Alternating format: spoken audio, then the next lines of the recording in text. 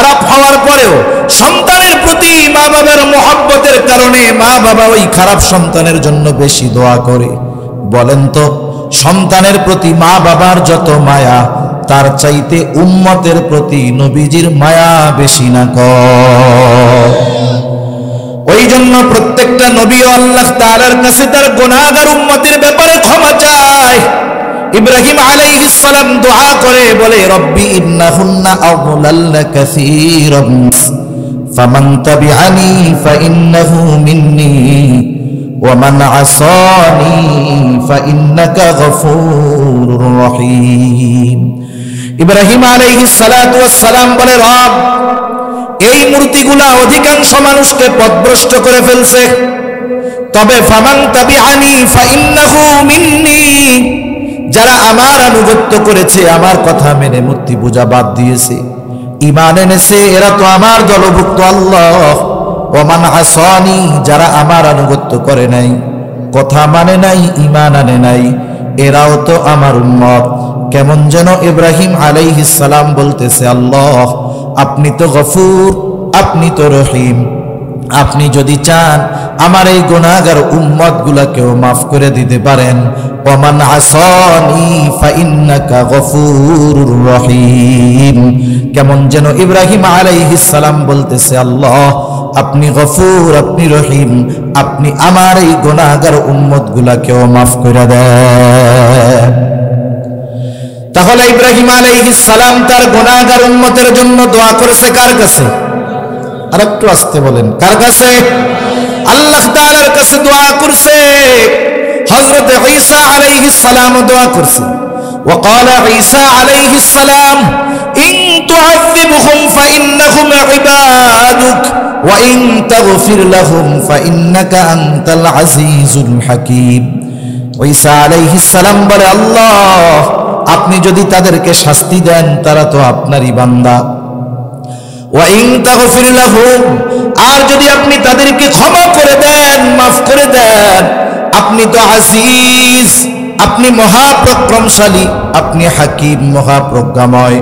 আপনি যদি ক্ষমা করে দেন, আপনাকে কেউ বলবে না কেন মাফ করলা, কেন ক্ষমা কইরা দিলা। আল্লাহ, যেহেতু আপনি মহাপ্রজ্ঞাময়, আমার এই উম্মত, আপনার এই বান্দাগুলাকে আল্লাহ আপনি মাফ করে দেন। তাহলে ঈসা আলাইহিস সালাম তার উম্মতের জন্য ক্ষমা চাইছেন কার কাছে? অনেক সময় আছে, অনেক কিছু আমাদের মনে থাকে না, কিন্তু ওই ধরনের কাজ আর একজনকে যখন করতে দেখা হয়, আমি যেটা ভুলে গেছি সেটা আমার আপনার মনে পড়ে যায়, ঠিক কিনা বলেন? যখন দুই নবীর আল্লাহ তাআলার কাছে এই দোয়া নবীজি তিলাওয়াত করলেন, নবীজির অন্তরের মধ্যে তার উম্মতের মহব্বতের ঢেউ উঠে গেল। নবীজি এবার কি করলেন? ফারাফা ইয়াদাইহি ওয়া ক্বালা আল্লাহুম্মা উম্মতি উম্মতি ওয়া বাকা। আমার আপনার নবী হাত দুইটা উঁচু করে ধরে কান্না শুরু করলেন আর বলতেছেন, আল্লাহুম্মা উম্মতি উম্মতি, আয় আল্লাহ, আমার উম্মত, আমার উম্মত। আর কিছুই নবীজি বলেন না, যদিও কথা এতটুকু বলছেন, আমার উম্মত, কিন্তু মূলত নবীজি কি বলতে চায়, দুনিয়ার কেউ জানুক আর না জানুক, বুঝুক আর না বুঝুক, যিনি বোঝেন, যিনি জানেন, তিনি কে? আল্লাহ তাআলা জিবরাইল আলাইহিস সালাতু ওয়াস সালামকে পাঠিয়ে দিলেন, যাও মুহাম্মাদের কান্নার কারণ কি শোনো। আল্লাহ তাআলা সব জানেন, এরপরেও তার হাবিবের জবান দিয়ে শুনতে চায়। জিবরাইল আলাইহিস সালাতু ওয়াস সালাম এসে বলে, আপনার কান্নার কারণ কি? যদিও আল্লাহ তাআলা জানে, এরপরেও আল্লাহ শুনতে চায়। এইবার জিবরাইল আলাইহিস সালাতু ওয়াস সালামের কাছে আমার আপনার নবী উম্মতের ব্যাপারে সব কথা খুলে বললেন। জিবরাইল আলাইহিস সালাতু ওয়াস সালাম গিয়ে আল্লাহ তাআলার কাছে বললেন, আল্লাহ তাআলা জানায় দিলেন, জিবরাইল যাও, মুহাম্মদকে গিয়ে জানায় দাও, আমি অচিরেই তাকে তার উম্মতের ব্যাপারে সন্তুষ্ট করব, তাকে অসন্তুষ্ট করব না।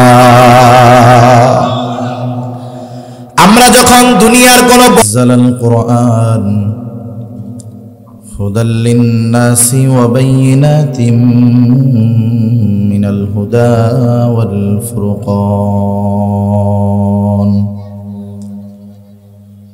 وخلق الإنسان وكرمه وعلمه من البيان ما لم يعلم فسبحان الذي لا يحصى امتنانه باللسان ولا بالقلم ونشهد أن لا إله إلا الله وحده لا شريك له ونشهد أن سيدنا وسندنا وحبيبنا وطبيبنا وأولانا ومولانا محمد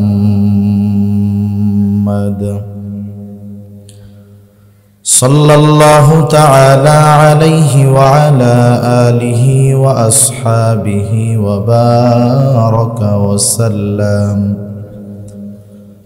وبارك وسلم تسليما كثيرا كثيرا.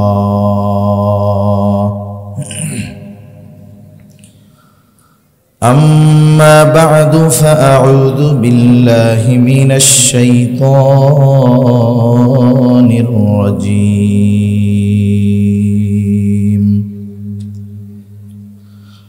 بسم الله الرحمن الرحيم.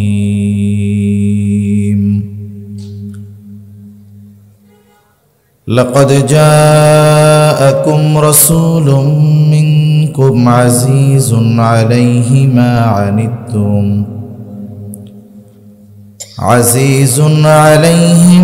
عنتم حريص عليكم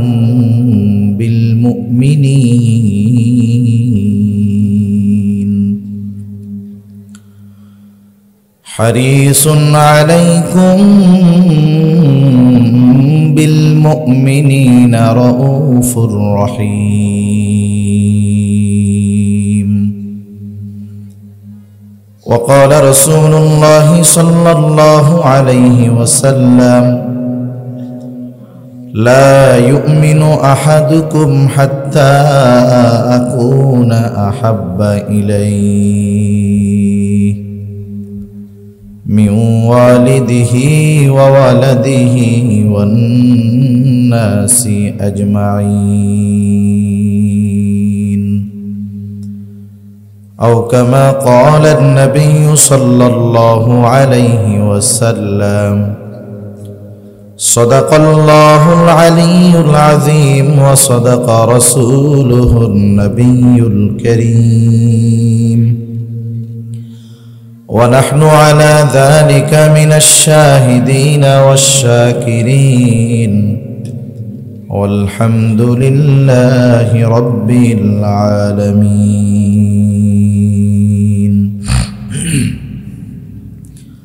سبحانك لا علم لنا إلا ما علمتنا إنك أنت العليم الحكيم. اللهم صل على محمد وعلى آل محمد كما صليت على إبراهيم وعلى آل إبراهيم إنك حميد مجيد.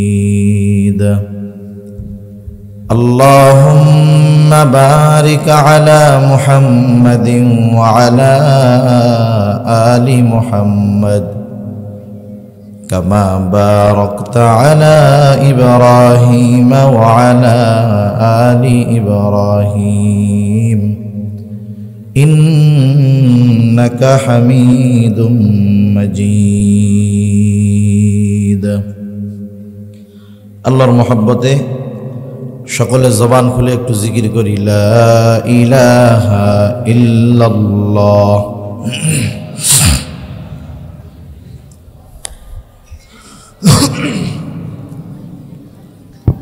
লা ইলাহা ইল্লাল্লাহ, লা ইলাহা ইল্লাল্লাহ, লা ইলাহা।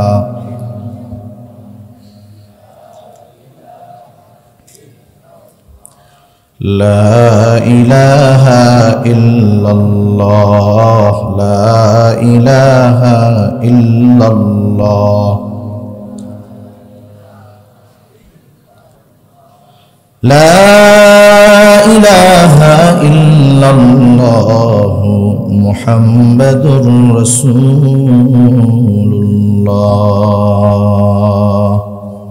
সাল্লাল্লাহু আলাইহি ওয়াসাল্লাম। আলহামদুলিল্লাহ, জামিয়া ইসলামিয়া জুনাব আলী মোল্লা মাদ্রাসা ও ইয়াতিমখানার হাফেজ ছাত্রদের দস্তরবন্দি উপলক্ষে ষষ্ঠ বার্ষিক ওয়াজ মাহফিল। আজকের এই ওয়াজ মাহফিলের সম্মানিত শ্রদ্ধেয় সভাপতি, আমন্ত্রিত প্রধান অতিথি, বিশেষ অতিথিবৃন্দ সহ সম্মানিত শ্রদ্ধেয় উলামা ইকরাম, সামনে উপস্থিত মুরব্বিয়ান ইকরাম, সমবয়সী যুবক বন্ধু, স্নেহের ছোট ভাই এবং পর্দার অন্তরালে অবস্থানরতা সম্মানিতা শ্রদ্ধা মা ও বোন, দয়াময় আল্লাহ রব্বুল আলামিনের দরবারে অগণিত শুকর যে মহান মালিক আমাদের হায়াতে বরকত দিয়ে সুস্থ রেখে দীর্ঘ সময় পর্যন্ত বিজ্ঞ উলামা ইকরামের জবান থেকে বহুত গুরুত্বপূর্ণ কথা শ্রবণ করবার, আমাকেও আপনাদের খেদমতে কিছু কথা বলবার সুযোগ যে মহান মনিব দান করেছেন, সে মহান মনিবকে খুশি করার জন্য মহব্বতের সাথে জবান খুলে অন্তর থেকে আমরা একবার কালিমাতুশ শুকর পাঠ করি, আলহামদুলিল্লাহ। অগণিত দুরুদ ও সালাম সৈয়দুল আম্বিয়া, আশরাফুল আম্বিয়া, খাতামুল আম্বিয়া, ইমামুল মুরসালিন, রহমাতুল লিল আলামিন মুহাম্মাদুর রাসূলুল্লাহ সাল্লাল্লাহু আলাইহি ওয়াসাল্লামের উপর কাছে দোয়া করে বলে, আল্লাহ আজকের এই দিনে যারা হকের উপরে আছে, সত্যের উপরে আছে, আপনি তাদেরকে বিজয় দান করেন। নবীজি বলেন, আল্লাহ তাআলা আবু জেহেলের দোয়া কবুল করেছেন। যারা হকের উপরে ছিল, সত্যের উপরে ছিল, আল্লাহ রব্বুল আলামিন বদরের দিন তাদেরকেই বিজয় দান করেছে। আবু জেহেল দোয়া করতেছে আল্লাহ তাআলার কাছে। বলেন তো, এইরকম দোয়া কেউ শখ কইরা বা ইচ্ছা করে কেউ করে? কেন করে? এটা করে টিটকারি কইরা অথবা হিংসা করে। মনে করেন অনেক সময় মানুষ আছে আরেকজনের কল্যাণ, আরেকজনের সম্মান, ইজ্জত এটা দেখতে পারে না, আরেকজনের ভালো দেখলে তার মধ্যে চুলকায়। এরকম আল্লাহর বান্দা তো সমাজে মনে হয় নাই? আছে না? আছে। অনেকে বলে অমুক এই হইছে, হায় রে, এই দৃশ্য দেখার আগে, এই খবর শোনার আগে আমার মরণ হইল না কেন? এরকম বলে না? বলেন তো, ওই টাইমে যদি আজরাইল সত্য সত্য আইসা বলে, তোমার তো মরতে মন চায়, তাহলে আমার লগে একটু চলো, কি বলবে? বলবে, আরে মেয়ে, এটা তো একটু মজা কইরা কইছে, আসলে কি মরতে চাই?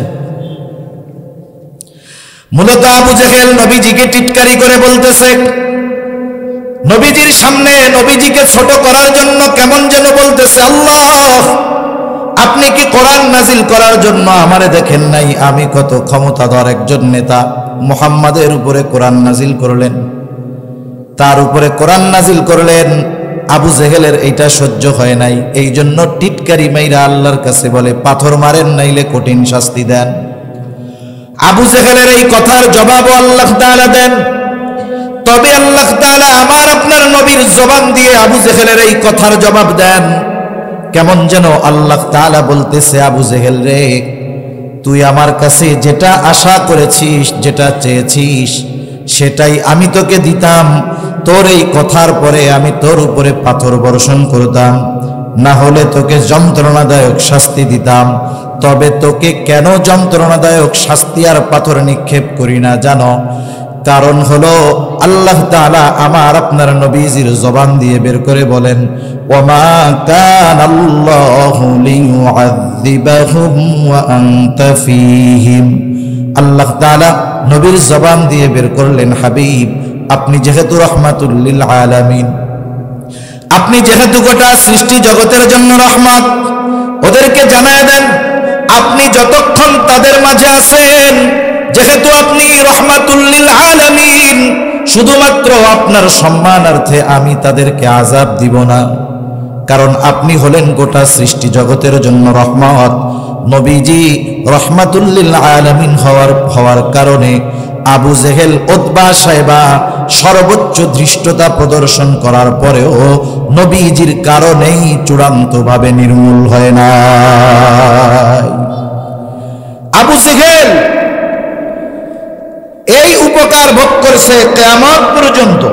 কিয়ামত পর্যন্ত যত কাফের ইসলাম বিদ্বেষীরা আমরা দেখি যে এত ইসলামের বিরোধিতা করার পরেও এদের তো কিছু হয় না।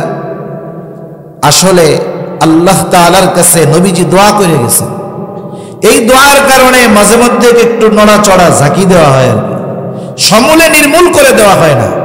এই জালেমগুলো দুনিয়াতে বেঁচে আছে, তাদের উপরে কঠিন শাস্তি না আসার কারণ হলো রহমাতুল লিল আলামিন। সুবহানাল্লাহ।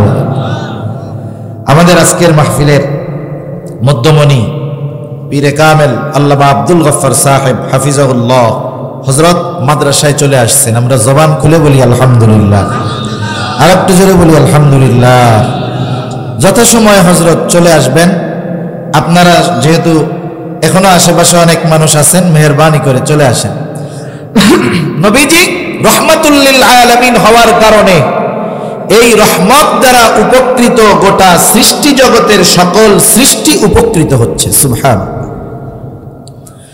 রাসূল আকরাম সাল্লাল্লাহু আলাইহি ওয়াসাল্লাম উম্মতের প্রতি রহমদিল ছিলেন।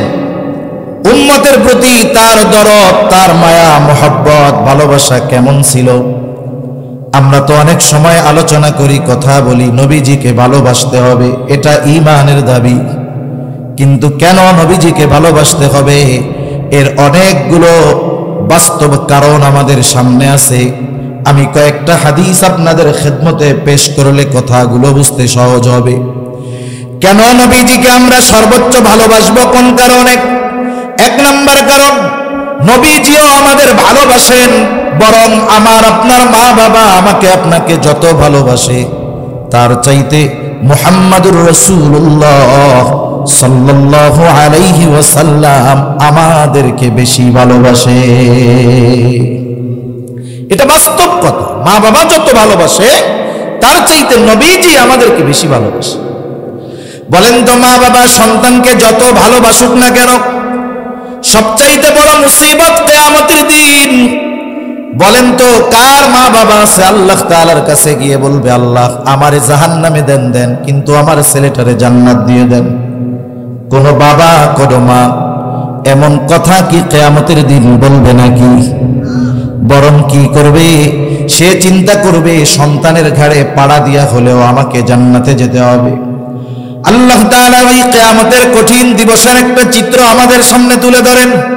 আল্লাহ তাআলা বলেন, ইয়াউমা ইয়াফিরুল মারউ মিন আখিহি ওয়া উম্মিহি ওয়া আবিহি ওয়া সাহিবাতিহি ওয়া বানিহি লিকুল্লি ইমরিইন মিনহুম ইয়াউমাইযিন শা'নুন ইউগনিহি।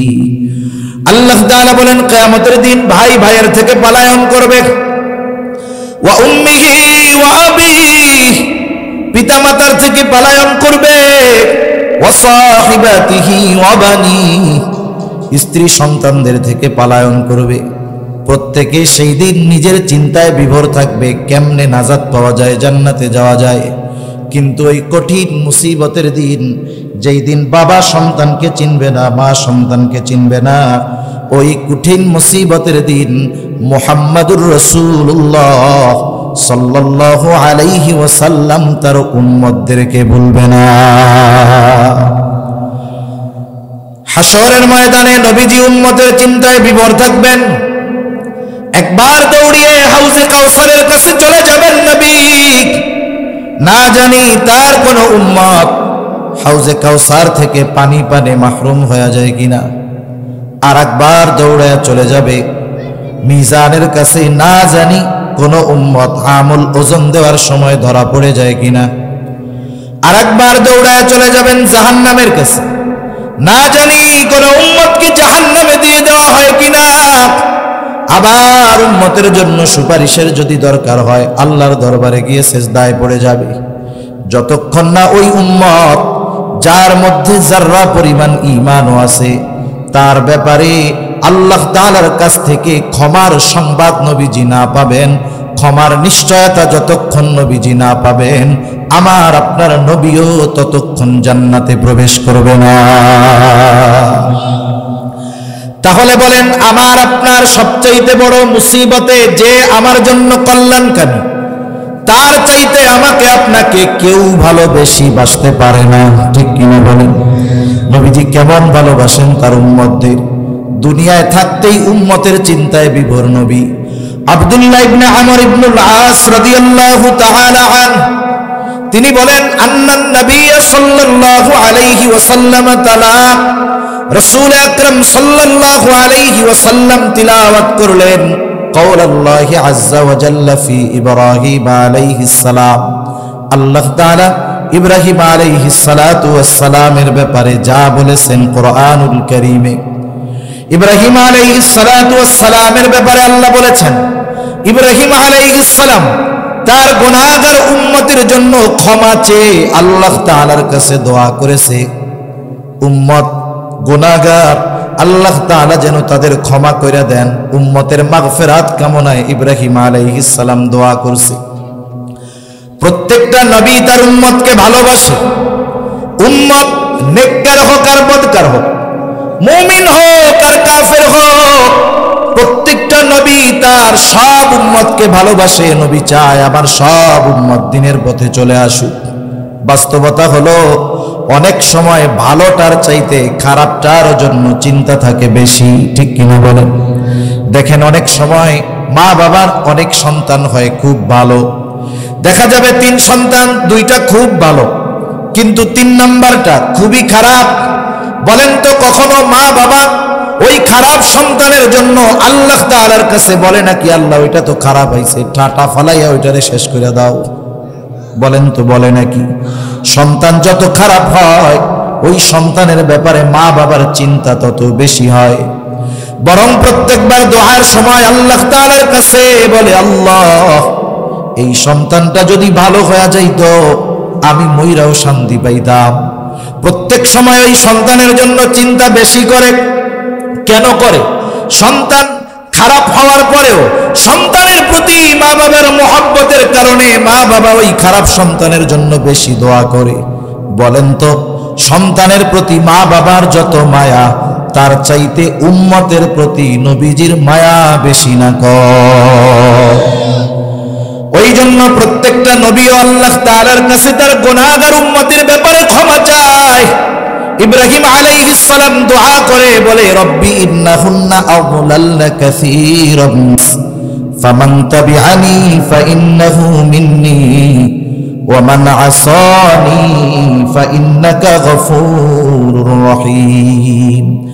ইব্রাহিম আলাইহিস সালাতু ওয়াস সালাম বলে, রব এই মূর্তিগুলা অধিকাংশ মানুষকে পথভ্রষ্ট করে ফেলছে, তবে ফামান তাবিআনি ফাইন্নাহু মিন্নি, যারা আমার আনুগত্য করেছে, আমার কথা মেনে মূর্তি পূজা বাদ দিয়েছে, ঈমান এনেছে, এরা তো আমার দলভুক্ত। আল্লাহ ওমান আসানি, যারা আমার আনুগত্য করে নাই, কথা মানে নাই, ঈমান আনে নাই, এরাও তো আমার উম্মত।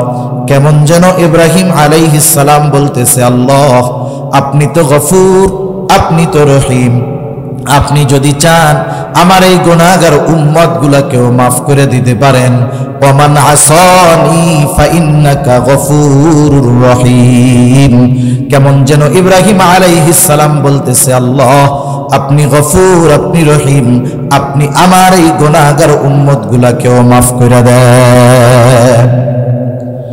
তাহলে ইব্রাহিম আলাইহিস সালাম তার গুনাহগার উম্মতের জন্য দোয়া করেছে কার কাছে? আরেকটু আসতে বলেন, কার কাছে? আল্লাহ তাআলার কাছে দোয়া করছে। হযরত ঈসা আলাইহিস সালাম দোয়া করছে। ওয়া ক্বালা ঈসা আলাইহিস সালাম, ইন তুআযিবহুম ফাইন্নাহুম ইবাদুক ওয়া ইন তাগফির লাহুম ফাইন্নাকা আনতাল আজিজুল হাকীম।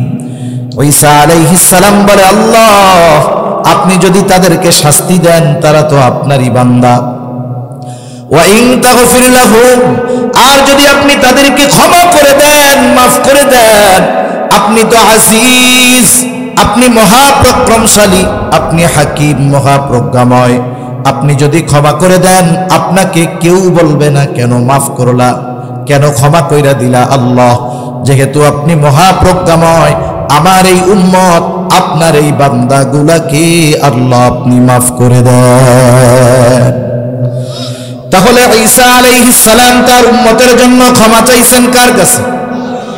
অনেক সময় আছে, অনেক কিছু আমাদের মনে থাকে না, কিন্তু ওই ধরনের কাজ আর একজনকে যখন করতে দেখা হয়, আমি যেটা ভুলে গেছি সেটা আমার আপনার মনে পড়ে যায়, ঠিক কিনা বলেন?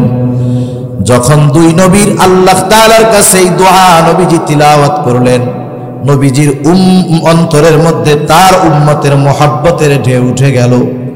নবীজি এবার কি করলেন? ফারাফা ইয়াদাইহি ওয়া ক্বালা আল্লাহুম্মা উম্মতি উম্মতি ওয়া বাকা। আমার আপনার নবী হাত দুইটা উঁচু করে ধরে কান্না শুরু করলেন আর বলতেছেন, আল্লাহুম্মা উম্মতি উম্মতি, আয় আল্লাহ আমার উম্মত আমার উম্মত। আর কিছুই নবীজি বলেন না, যদিও কথা এতটুকু বলছেন আমার উম্মত, কিন্তু মূলত নবীজি কি বলতে চায়, দুনিয়ার কেউ জানুক আর না জানুক, বুঝুক আর না বুঝুক, যিনি বোঝেন যিনি জানেন তিনি কে? আল্লাহ তাআলা জিবরাইল আলাইহিস সালাতু ওয়াস সালামকে পাঠিয়ে দিলেন, যাও মুহাম্মাদের কান্নার কারণ কি শোনো। আল্লাহ তাআলা সব জানেন, এরপরেও তার হাবিবের জবান দিয়ে শুনতে চায়। জিবরাইল আলাইহিস সালাতু ওয়াস সালাম এসে বলে, আপনার কান্নার কারণ কি? যদিও আল্লাহ তাআলা জানে, এরপরেও আল্লাহ শুনতে চায়। এইবার জিবরাইল আলাইহিস সালাতু ওয়াস সালামের কাছে আমার আপনার নবী উম্মতের ব্যাপারে সব কথা খুলে বললেন। জিবরাইল আলাইহিস সালাতু ওয়াস সালাম গিয়ে আল্লাহ তাআলার কাছে বললেন, আল্লাহ তাআলা জানায় দিলেন, জিবরাইল যাও মুহাম্মদকে গিয়ে জানায় দাও, আমি অচিরেই তাকে তার উম্মতের ব্যাপারে সন্তুষ্ট করব, তাকে অসন্তুষ্ট করব না। আমরা যখন দুনিয়ার কোনো বড় কারো কাছে কিছু বলার সুযোগ পাই, নিজেরটা কই আর আত্মীয় স্বজনেরটা কই। বড় কারো কাছে যদি কথা বলার সুযোগ হয়, দুনিয়ার লাইনে বড়, আগে আমি চিন্তা করি নিজের আখের কেমনে গোছানো যায়। কিন্তু নবীজি যখনই আল্লাহ তাআলার কাছে কিছু বলার সুযোগ পাইতেন, সব সময় উম্মতের ব্যাপারেই নবীজি বলতে। উম্মতের ব্যাপারে নবীজির মুহাব্বতের প্রমাণ হাদিসের পর হাদিস বলা যাবে। নবীজি উম্মত ঈমান না আনার কারণে কেমন পেরেশান ছিলেন, চিন্তিত ছিলেন। নবীজি সাল্লাল্লাহু আলাইহি ওয়াসাল্লাম যখন প্রাথমিক দিক মক্কার মধ্যে দাওয়াত দিলেন, মক্কার সব মানুষ নবীজিকে চিনে, নবীজিও মক্কার মানুষদেরকে চিনে। মক্কার মানুষরাই তো আমার আপনার নবীজিকে উপাধি দিয়েছে আল আমিন, মক্কার মানুষরাই তো উপাধি দিয়েছে আস-সাদিক। এই মানুষগুলোর কাছে যখন নবীজি দ্বীনের দাওয়াত দিলেন, তাওহীদের দাওয়াত দিলেন, এই মানুষগুলো নবীজির কথা মানে না, নবীজির কথা শুনে না, ঈমান আনে না। তারা ঈমান না আনার কারণে নবীজি চিন্তিত, পেরেশান। খাওয়া দাওয়া বন্ধ হয়ে গেল, নবীজি অসুস্থ হয়ে গেলেন, দুর্বল হয়ে গেলেন। উম্মত ঈমান না আনার কারণে উম্মতের ব্যাপারে কতটা চিন্তা নবীর। আল্লাহ তাআলা ওই সময় আয়াত নাজিল করে নবীজিকে বলতেছেন, লাআল্লাকা বাখিউন নাফসাকা আল্লা ইয়াকুনু মুমিনিন। এরা ঈমান না আনার কারণে আপনি নিজেকে নিজে ধ্বংসের মুখে ঠেলে দিচ্ছেন। তাহলে উম্মতের ব্যাপারে নবীজির মুহাব্বত কত! ঈমান না আনার কারণে নবীজি নিজে চিন্তায় অসুস্থ হয়ে যেতেন। শুধু তাই না, রাসূলুল্লাহ সাল্লাল্লাহু আলাইহি ওয়াসাল্লাম বলেন, তোমাদের মাঝে আর আমার মাঝে উপমা হলো ওই ব্যক্তির ন্যায় যে আগুন প্রজ্বলিত করেছে, আগুন জ্বালিয়েছে, আগুনের আলোতে চতুর্দিক থেকে পোকামাকড় এসে লাফায় লাফায় আগুনের মধ্যে পড়ে। সে বারবার হাত দিয়ে পোকাগুলোকে সরায় দেয়, পোকাগুলো তো সরেই না, বরং আরো লাফায়া লাফায়া পোকাগুলো এসে এসে আগুনের মধ্যে পড়তে থাকে। নবীজি বলেন, আমি তোমাদের কোমর দৈরা দৈরা টানি, জাহান্নামের দিক থেকে টেনে টেনে আনি, আর তোমরা আমার হাত থেকে ছুটে ওই দিকেই চলে যাও। নবীজির এত চিন্তিত ছিলেন, উম্মত যদি সঠিক পথে না চলতো এটা নবীর জন্য কষ্টের কারণ হয়ে যাইত।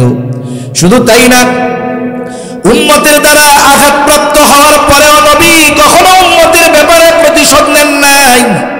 নবীজি যখন তায়েফে গেলেন দাওয়াত দেওয়ার জন্য, তায়েফের মানুষের অবস্থা ওই রকম, দল বেঁধে নবীজিকে পাথর মেরে তারা রক্তাক্ত করে ফেললো।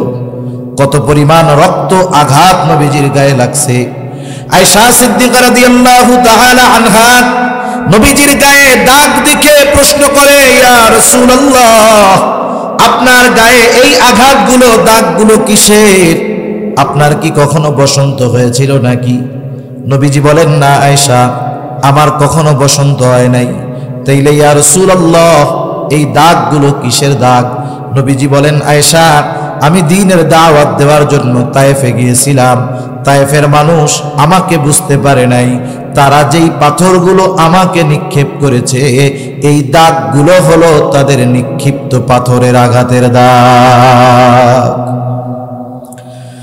রাসূল আকরাম সাল্লাল্লাহু আলাইহি ওয়াসাল্লামকে এত পরিমাণ আঘাত করা হয়েছে, গা বেয়ে জামা ভিজে গেছে, রক্ত বেয়ে বেয়ে পড়ছে, রক্ত বেয়ে বেয়ে পড়ে জুতার মধ্যে ঢুকে রক্ত শুকায়া জুতা পায়ের সাথে আটকে গেছে।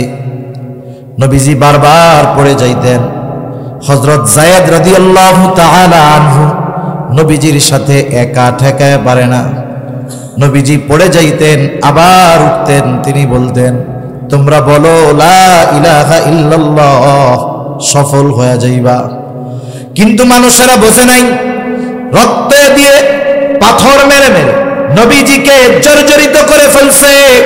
আমরা যখন কোথাও কোনো রক্ত ডোনেট করি, ব্লাড ডোনেট করতে গেলে, রক্ত দান করলে 150 গ্রাম 200 গ্রাম রক্ত যদি দেহ থেকে বের করে, অনেকে উঠতে পারে না, নড়তে পারে না, মোটামুটি শোয়া থেকে উঠা বসতে আধা ঘন্টা লেগে যায়, ঠিক কিনা বলেন? কিন্তু নবীজির গায়ে এত পরিমাণ আঘাত, নবীজির গায়ে এত পরিমাণ আঘাত, নবীজি রক্তাক্ত দুর্বল ক্লান্ত দেহ নিয়ে নবীজি চলে গেলেন। বিকাল বেলা একটা আঙ্গুর বাগানের পাশে বিশ্রাম নিচ্ছেন। ইতিমধ্যে জিবরাইল আলাইহিস সালাতু ওয়াস সালাম হাজির। এসে বলে, ইয়া রাসূলুল্লাহ, এই কওম আপনার সাথে কেমন আচরণ করেছে আল্লাহ তাআলা দেখছেন। আজকে আমি একা আসি নাই, আমার সাথে নতুন আরেকজনকে পাঠানো হয়েছে, যে ইতিপূর্বে কখনো আপনার কাছে আসে নাই। নবীজি বলেন, এইবার ওই ফেরেশতা আমার সামনে আসলো, সালাম দেওয়ার পরে বলে, ইয়া রাসূলুল্লাহ, এই কওম আপনার সাথে কেমন আচরণ করেছে আল্লাহ তাআলা সব দেখছে। আল্লাহ তাআলা আমাকে আপনার কাছে পাঠিয়েছেন আপনার নির্দেশ পালন করার জন্য, আদেশ পালন করার জন্য। আপনি যদি আমাকে নির্দেশ দেন, আদেশ দেন, 2 পাহাড় দিয়ে তায়েফবাসীকে একদম পিষে দেওয়া হবে। এখানে যে একটা জনবসতি ছিল তার কোনো অস্তিত্ব থাকবে না। একটু চিন্তা করে দেখেন, কেউ যদি 10 বছর আগে আমাদের সাথে ধমকের সাথে একটা কথা বলে থাকে, 10 বছর পর আমি আপনি যদি একটু ক্ষমতাওয়ালা হই, পাওয়ারফুল হই, চিন্তা করি ওই ধমক দেওয়া কথাটার প্রতিশোধ আমাকে নিতে হবে। আমরা সর্বোচ্চ পর্যায়ের প্রতিশোধ পরায়ণ। কিন্তু নবীজি কেমন ছিলেন? যখন ফেরেশতা এই কথা বলছে, আপনি নির্দেশ দেন 2 পাহাড় দিয়ে তায়েফবাসীকে পিষে দেই, নবীজি একটু আরাম করতেছিলেন, উঠা বসলেন। এই ফেরেশতার কথার জবাবে নবীজি বলতেছেন, বাল আরজু আন ইয়াখরুজাল্লাহু মিন আসলাবিহিম মান ইয়াবুদুল্লাহা ওয়াহদাহু ওয়া লা ইউশরিকু বিহি শাইআ। নবীজি বললেন, তুমি তো এই কথা বলতেছো যে আদেশ দেন 2 পাহাড় দিয়ে ওদেরকে পিষে শেষ করে দেই। নবীজি বলেন, আমি তো এদের ব্যাপারে আল্লাহ তাআলার কাছে এই আশা পোষণ করি যে আল্লাহ তাআলা এদের মধ্য থেকে এমন এক সম্প্রদায় বের করবে, এমন এক জাতিকে বের করবে যারা এক আল্লাহর ইবাদত করবে, তার সাথে কারো শরীক করবে না। আমি যেই কথাগুলো আপনাদের বোঝাতে চাইছি, নবীজি সাল্লাল্লাহু আলাইহি ওয়াসাল্লাম যে আমাদেরকে ভালোবাসেন এবং মা বাবা কি আমার নিজের চাইতে আমাকে নবীজি বেশি ভালোবাসেন, এ কথার ব্যাপারে কোনো সন্দেহ আছে? সন্দেহ নেই। আবার কিছু কিছু বিষয় আছে আমরা দেখি নাই, শুনি না, জানি না, কিন্তু একজন মানুষের কথায় ওই অদৃশ্য না জানা সব বিষয়গুলোকে বিশ্বাস করে নেই, হয় না এরকম? যেমন মনে করেন এক লোক বিদেশে ছিল 20 বছর, তখন মোবাইলও ছিল না, কিছুই ছিল না, চিঠি লিখতো খালি। বিদেশে যখন গেছে ওই সন্তানটা তখন মায়ের পেটে, বিদেশ থেকে যখন আসছে এইবার তার বয়স 20 বছর, সেও মোটামুটি এক বাপের পোলা। এই 20 বছর সে বাপকে দেখে নাই, মোবাইল নাই, দেখার সিস্টেম নাই। 20 বছর পরে যদি বাবা ওই ঘরে আসে, ওই ছেলেটা যদি বাবারে দেখে, চিনবে? বলেন তো, বলবে আপনি আবার কে? তখন যদি মা আয়েশা বলে ছেলে এটাই তোমার বাবা, বলেন তো ও কি বলবে? না না না, আমার সন্দেহ লাগতেছে, একটু টেস্ট করে নেই আব্বা কিনা অন্য কেউ। এটা করবে না, মার এক কথায় বাবাকে বিশ্বাস করে নেবে। এই জিনিসটা চিন্তা করে দেখেন, নবীজি যে আমাদের ভালোবাসে, আমরা জানি আর না জানি, বুঝি আর না বুঝি, আমাদেরকে নবী যে ভালোবাসে আমাদেরকে এটা জানিয়েছেন আল্লাহ। কে জানাইছেন? জোরে বলেন না, কে? আল্লাহ জানিয়েছেন। আল্লাহ রাব্বুল আলামিন বলেন, লাকাদ জাআকুম রাসূলুম মিন আনফুসিকুম আজিজুন আলাইহি মা আনিতুম হারিসুন আলাইকুম বিল মুমিনিনা রাউফুর রহিম। নবীজি সাল্লাল্লাহু আলাইহি ওয়াসাল্লাম বলেন, আল্লাহ তাআলা বলেন, তোমাদের মধ্য থেকে তোমাদের জন্য এমন একজন রাসূলের আগমন হয়েছে যিনি হলেন আজিজ, সমব্যথী, আজিজুন আলাইহি মা আনিতুম, তোমাদের জন্য যেই বিষয়গুলো কষ্টের সেটা তার জন্য কষ্টের। তার মানে উম্মত যেই বিষয়গুলোর কারণে কষ্ট পায়, নবীজিও সেই কারণে, সেই বিষয়গুলোর কারণে কষ্ট অনুভব করে। এখন যদি প্রশ্ন করেন কেন করে, তাহলে আমি আপনাদের বলবো, দেখেন একজনের 3 বছরের একটা বাচ্চা আছে, বাচ্চার বয়স কত? 3 বছর। বাচ্চার প্রচন্ড জ্বর হয়েছে, এত জ্বর গায়ে হাত দেওয়া যায় না। বলেন তো এই সন্তানের এই অসুস্থতা তার মা বাবাকে শান্তি দিবে না কষ্ট দিবে? কত কষ্ট দিবে। মনে মনে আল্লাহর কাছে বলবে, আল্লাহ এই জ্বর আমারে দিয়ে দেন, তাও আমার সন্তানটারে সুস্থ করে দেন। মোহাব্বতের কারণে সন্তানের কষ্ট হলে মা বাবা সেই কষ্ট অনুভব করে। নবীজিও উম্মতকে মোহাব্বত করার কারণে উম্মতের কষ্টটাও নবীজি অনুভব করে। সুবহান, এটা ভালোবাসার কারণে।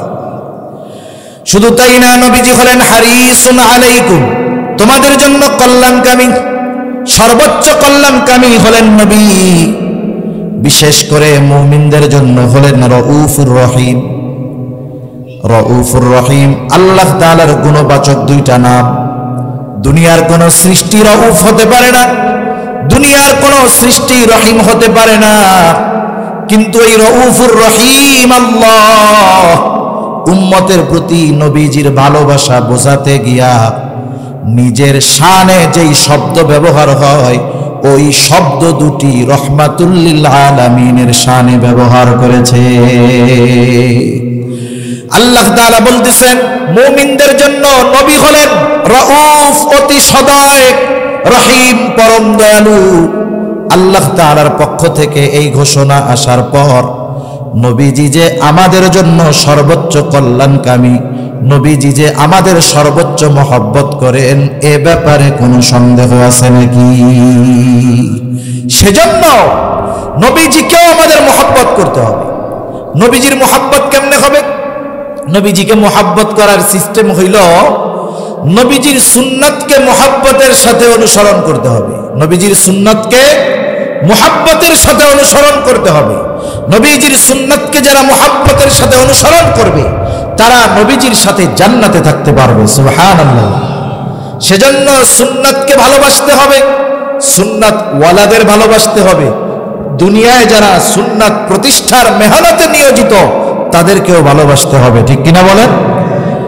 এদের সাথে যদি আমার আপনার সম্পৃক্ততা সম্পর্ক না থাকে তাহলে পরকালে নাজাত পাওয়া আমাদের জন্য কঠিন হয়ে যাবে। আমি সেজন্য আপনাদের নিকটে আরজ করব, বলা হয় হাদিসের কথা না, এই মাদ্রাসাগুলো হলো নবীর ঘর। কার ঘর জোরে বলেন? এক একটা মাদ্রাসার উপকারিতা আমার একটু না বললে ভালো লাগতেছে না, মনে পড়ছে বলি। 3 বছর আগে আমি গেছি একবার মাহফিলে, বান্দরবন লামার দিয়ে একবারে ভিতরে, একেবারে সীমান্তের কাছে, খাগড়াছড়ি থেকে আরো প্রায় 1-1.5 ঘন্টা লাগছে যাইতে। ওই সব জায়গায় যে সব পাহাড়ি তা না, চাকমা তা না, অনেক বাঙালি আছে। বাঙালিরা বলতেছে, হুজুর আজ থেকে 3-4 বছর আগেও আমরা এখানে সন্ধ্যার পরে বাইর হইতাম না। ঘর করা আছে, কোনায় বাথরুম আছে, সন্ধ্যার সময় দরজা লাগাইয়া ঘরে ঢুকতাম, আর পরের দিন সূর্যের আলো যখন দেখা যাইতো তখন বাইর হইতাম। কেন? বলে এইসব এলাকায় চরমপন্থী ছিল অনেক, এদের কারণে ঘর থেকে বাইর হওয়া যাইত না। তা এখন কি অবস্থা? বলে এখন কোনো অসুবিধা নাই। কেন? বলে ছোট্ট ছোট্ট 2টা ক্যাম্প হয়েছে। কি হয়েছে বলেন? ক্যাম্প। একটা হলো বিজিবির ক্যাম্প, আর একটা হলো বাংলাদেশ সেনাবাহিনীর ক্যাম্প। 2 ক্যাম্পে 50 জন 100 জন আছে। এই 2টা ক্যাম্প হওয়ার কারণে আশেপাশের সব গ্রামগুলো নিরাপদ, মানুষগুলো নিরাপদ, তাদের জানমাল নিরাপদ। একটু চিন্তা করে দেখেন, একটা এলাকায় যদি একটা আর্মির ক্যাম্প থাকে, জানমাল নিরাপদ হয়ে যায়, অনুরূপভাবে ওই ক্যাম্পগুলো মানুষের জানমালের নিরাপত্তার কাজে প্রতিষ্ঠা করা হয়। ক্যাম্পের সদস্যরা মানুষের জানমাল হেফাজতের দায়িত্ব নিয়োজিত থাকে। কিন্তু এই মাদ্রাসাগুলো হলো ঈমান হেফাজতের ক্যাম্প। এখানে যারা থাকে এরা আমার আপনার ঈমান হেফাজতের দায়িত্বে নিয়োজিত থাকে। ঈমান হেফাজতের দায়িত্বে এরা নিয়োজিত থাকে। যখন দুনিয়ার কোন জায়গা থেকে ঈমান বিদ্বেষী কোনো কথা, ঈমান বিদ্বেষী কোনো কর্ম এদের কানে আসে, সাধারণ মানুষ প্রতিবাদ করার আগে এই ক্যাম্পের সৈনিকেরা, উলামায়ে কেরাম জাতিকে সতর্ক করে তুলে। মনে রাখবেন, জানমাল যদি হারায় যায়, কেউ যদি আমাকে আপনাকে মেরে ফেলে, আমার আপনার সম্পদ যদি নিয়ে যায়, এতে জাহান্নামে যাওয়া লাগবে না। আমি শুরুতেই বলছিলাম সবচাইতে বড় নেয়ামত সম্পদ হলো ঈমান। আমরা দুনিয়ার সম্পদ সংরক্ষণের জন্য কত ব্যবস্থাপনা করি, কত ব্যবস্থা গ্রহণ করি। বলেন তো, যাদের মাধ্যমে এই জাতিকে ঈমানি বিষয়ে সতর্ক করা হয়, যারা ঈমান হেফাজতের দায়িত্বে নিয়োজিত আছে, এদের জন্য আমাদের কিছু করার দরকার আছে না? আছে। কিন্তু বাস্তবতা হলো, যারা জানমালের হেফাজতের দায়িত্বে নিয়োজিত আছে, এদের যেই বেতন খরচাদি, এটা সিস্টেমে আমাদের থেকে চলে যায়। সাবান কিনলেও যায়, মোবাইলে টাকা ভরলেও যায়। কিন্তু মাদ্রাসার যারা সৈনিক, এদেরটা ওই সিস্টেমে নেওয়ার মতো সুযোগ নাই। এজন্য এদেরটা দুনিয়ার মানুষ, দিন ভীরু মানুষগুলো স্বেচ্ছায় তাদের ঈমান হেফাজতের জন্য তাদেরকে তাদের সম্পদ থেকে সহযোগিতা করে, ঠিক কিনা বলেন? এই মাদ্রাসার জন্য এক আল্লাহর বান্দা জমি দিয়ে দিচ্ছে, এটা বড় এক ত্যাগ। সেজন্য আপনাদের কাছে অনুরোধ, গতানুগতিক কালেকশন আসলে আমি পারি না, কেমনে যে ঢুকতে হয় কালেকশন, এও আজও আমার জানা নাই। কিন্তু এরপরেও একটা দ্বীনি প্রতিষ্ঠানের মহব্বতে আমি এই ব্যাপারে অনভিজ্ঞ হওয়ার পরেও দ্বীনের এই বিশাল এক মিশন, এটা যেন জারি থাকে, এটা যেন সহজ হয়, এজন্য আপনাদের কাছে অনুরোধ করব, কোন আল্লাহর বান্দা যদি থাকেন, এই মাদ্রাসার কিছু হাজত আছে। মাদ্রাসা খুব সুন্দর এবং সুগোছালো একটা প্রতিষ্ঠান, এটা ঢুকলেই বোঝা যায়, যারা ঢুকছেন তারা দেখছেন। যেই জিনিসগুলো দরকার, এই জিনিসগুলোর মধ্যে 1 নাম্বার দরকার হলো টাইলস দরকার। টাইলস, সাথে সাথে টাইলসের সাথে যেই অন্যান্য সরঞ্জাম লাগে এগুলাও দরকার। সিমেন্ট বালি দরকার। এখন টাইলস কত স্কোয়ার ফিট লাগবে ভাইজান?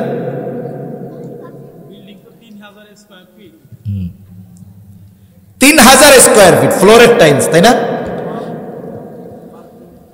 ওয়াল ফ্লোর বাথরুমের টাইলস গুলো লাগবে, ধরেন 3000 স্কয়ার ফিটই ধরেন প্রথমে।